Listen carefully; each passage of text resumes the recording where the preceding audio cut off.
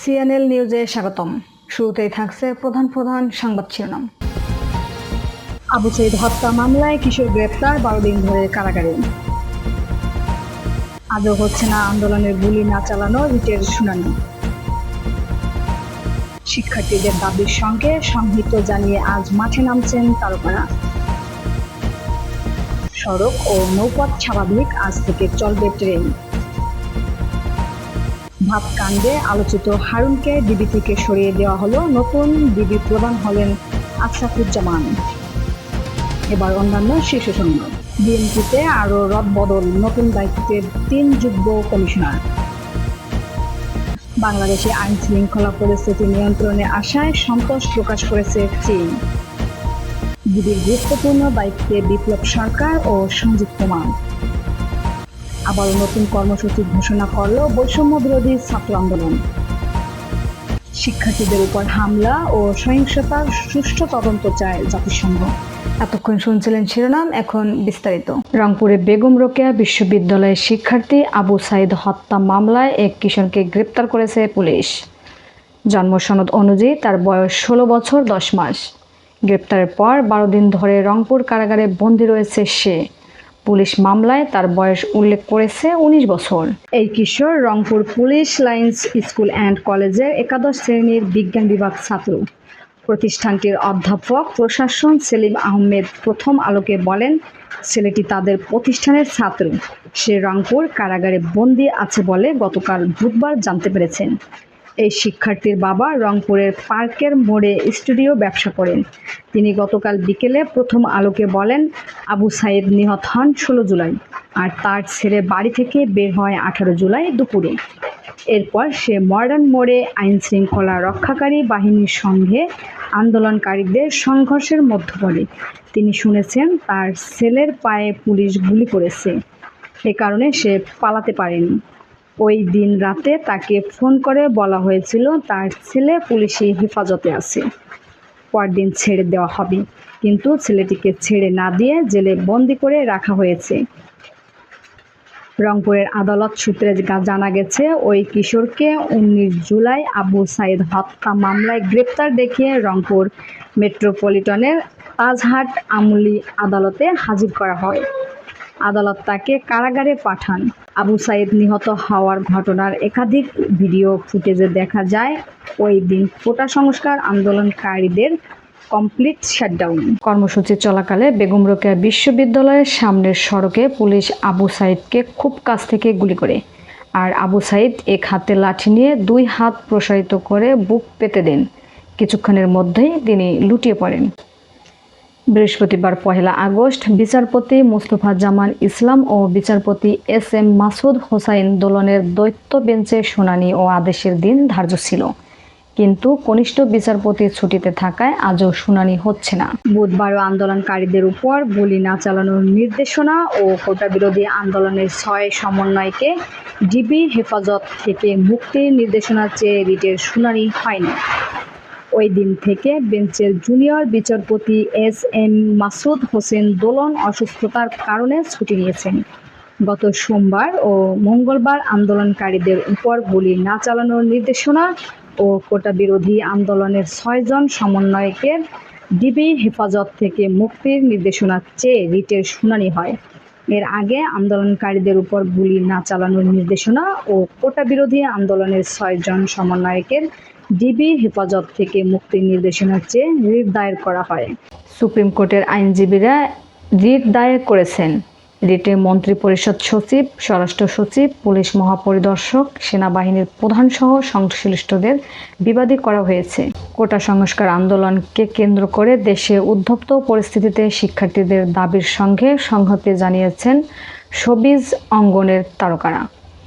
আজ বৃহস্পতিবার বেলা 11টায় আন্দোলনরত শিক্ষার্থীদের 9 দফা দাবির সঙ্গে সংহতি জানিয়ে ঢাকার মানিক মিয়া এভিনিউ এলাকায় জাতীয় সংসদ ভবনের সামনে বৃহত্তর চলচ্চিত্র, আলোকচিত্র, থিয়েটার, গণমাধ্যম সহ দৃশ্য মাধ্যমের নানা শাখার কর্মীরা দৃশ্য মাধ্যম শিল্পী সমাজ ব্যানারে প্রতিবাদে নামবেন।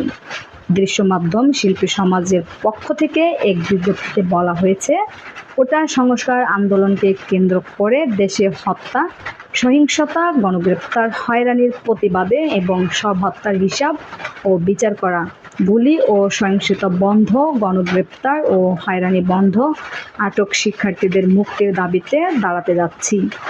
অবিলম্বে সব হত্যাকাণ্ডের বিচার ও হত্যা, সহিংসতা, গণগ্রেপ্তার, হয়রানি বন্ধ করতে হবে। বিজ্ঞপ্তিতে আরও বলা হয়, যেই ন্যায্যতা, সমতা ও মানবিক মর্যাদার অঙ্গীকার নিয়ে মহান মুক্তিযুদ্ধের মাধ্যমে ঘটেছিল স্বাধীন বাংলাদেশের অভ্যুদয়, সেই বাংলাদেশের নাগরিক হিসেবে নিরাপত্তা ও ন্যায় বিচার আমাদের সাংবিধানিক অধিকার। ভয়হীন, ন্যায্য, মানবিক মর্যাদার বাংলাদেশ চাই। শিক্ষার্থীদের 9 দফা দাবির সঙ্গে সংহতি জানিয়ে প্রতিবাদে নামছেন আকরাম খান, মোস্তফা সরোয়ার ফারুকী, তাসনিয়া ফারিন, শিবু কুমার শীল, ঋতু সাত্তার, তাসলিমা আক্তার লিমা, তানিম নূর, রেদওয়ান রনি, নুরুল আলম আতিক, আজাদ আবুল কালাম, ধ্রুব হাসান, আজমেরি হক বাঁধন, নাসিক আমিন সহ অনেকে। চলমান কারফিউ পরিস্থিতির মধ্যেই সড়কে যান চলাচল প্রায় স্বাভাবিক হয়ে গেছে। রাজধানী ঢাকায় ফিরছে আগের যানজট। গাড়ির সংখ্যা বেড়েছে। দেশের জাতীয় ও আঞ্চলিক সড়কের পর স্বাভাবিক হয়েছে লঞ্চ চলাচল। ঢাকার প্রধান নদীবন্দর সদরঘাট থেকে নিয়মিত যাত্রী নিয়ে সারা দেশে লঞ্চ ছেড়ে যাচ্ছে। আর আজ বৃহস্পতিবার থেকে সীমিত পরিসরে ট্রেন চলাচল শুরু হতে যাচ্ছে। ঢাকার সড়কে বুধবারও ছিল তীব্র যানজট। যান চলাচল পরিস্থিতি এতটাই স্বাভাবিক হয়েছে যে রাতে কারফিউ চলা অবস্থায়ও যানজট দেখা যায়। দূরপাল্লার বাসগুলো নিয়মিত যাত্রী নিয়ে চলাচল করছে। গণপরিবহনের পাশাপাশি সব ধরনের সড়কে ব্যক্তিগত গাড়ির চলাচল বেড়েছে। এদিকে স্বাভাবিক হতে শুরু করেছে লঞ্চ চলাচল। প্রথমে কারফিউ শিথিল থাকার সময় লঞ্চ চললেও এখন পুরোদমে লঞ্চ চলাচল শুরু হয়েছে। শুরুতে ঢাকা থেকে চাঁদপুর, ইলিশা ও সুরেশ্বর পর্যন্ত লঞ্চ চলেছে। এখন ঢাকা থেকে বরিশাল, পটুয়াখালী ও ভোলার মতো দূরের গন্তব্য লঞ্চ ছেড়ে যাচ্ছে। ফিরতি পথেও ঢাকায় যাত্রী নিয়ে লঞ্চ ঘাটে ফিরছে। বাংলাদেশ অভ্যন্তরীণ নৌ চলাচল যাত্রী পরিবহন সংস্থার সহ-সভাপতি আবু কালাম খান বলেন, এই মুহূর্তে লঞ্চ স্বাভাবিক আছে। কয়েকদিন ধরেই ঢাকা থেকে লম্বা দূরত্বের যাত্রী পরিবহন শুরু হয়েছে। যাত্রীরা এখন আগের মতোই স্বাভাবিক সময়সূচিতে লঞ্চে ভ্রমণ করতে পারবেন। দিন-রাত সবসময়ই লঞ্চ পাওয়া যাচ্ছে। অন্যদিকে বৃহস্পতিবার থেকে সীমিত পরিসরে ট্রেন চলাচল শুরু করতে যাচ্ছে বাংলাদেশ রেলওয়ে, যদিও আপাতত শুধু লোকাল ও কমিউটার ট্রেন চালানো হবে। ঢাকাসহ এক জেলা থেকে অন্য জেলায় ট্রেন চলাচল করবে, তবে আন্তঃনগর ট্রেন চলাচল বন্ধ থাকছে। আন্তঃনগর ট্রেন চালানোর বিষয়ে এখনও সিদ্ধান্ত নেয়নি রেলপথ মন্ত্রণালয়।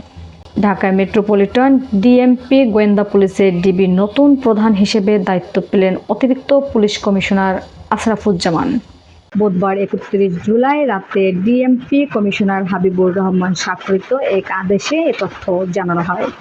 আদেশে বলা হয়, অতিরিক্ত পুলিশ কমিশনার আশরাফুজ্জামানকে অতিরিক্ত পুলিশ কমিশনার গোয়েন্দা, ডিএমপির ক্রাইম অ্যান্ড অপারেশনস গোয়েন্দা বিভাগের মোহাম্মদ হারুন অর রশিদকে ডিএমপির ক্রাইম অ্যান্ড অপারেশনস বিভাগের বদলি করা হয়েছে। আশরাফুজ্জামান বিসিএস 17 ব্যাচের কর্মকর্তা। ডিএমপির লজিস্টিক্স ফিনান্স বিভাগের আগে তিনি পুলিশ ট্রেনিং সেন্টার খুলনার কমান্ড্যান্ট আইজি এবং ডিএমপি ট্রাফিক দক্ষিণ বিভাগের যোগ্য পুলিশ কমিশনার হিসেবে দায়িত্ব পালন করেন। সংবাদ শেষ করার আগে প্রধান শিরোনামগুলি আরেকবার। আবু সাঈদ হত্যা মামলায় কিশোর গ্রেপ্তার, 12 দিন ধরে কারাগারে। আজও হচ্ছে না আন্দোলনের গুলি না চালানো রিটের শুনানি। শিক্ষার্থীদের দাবির সঙ্গে সংহতি জানিয়ে আজ মাঠে নামছেন তারকারা। সড়ক ও নৌপথ স্বাভাবিক, আজ থেকে চলবে ট্রেন। ভাবকাণ্ডে আলোচিত হারুনকে ডিবি থেকে সরিয়ে দেওয়া হলো, নতুন ডিবি প্রধান হলেন আশরাফুজ্জামান। এখন বিদায় নিচ্ছি, আমি চন্দ্রা। পরবর্তী সংবাদ শোনার আমন্ত্রণ রইল।